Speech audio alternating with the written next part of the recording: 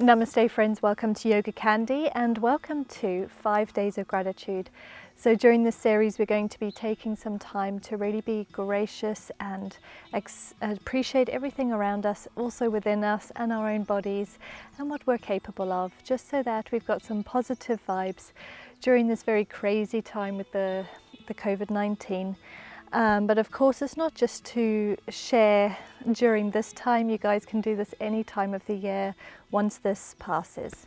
So I hope you enjoy. Everybody is more than welcome to join in.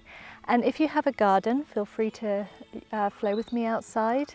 If you don't, then that's okay. Whatever you've got, that's what we're here for. We're here to appreciate our surroundings no matter what they are, whether it just be indoors, inside a flat, wherever it is. Enjoy.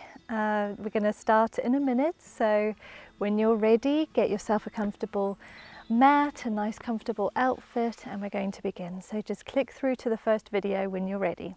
Namaste everybody. See you soon.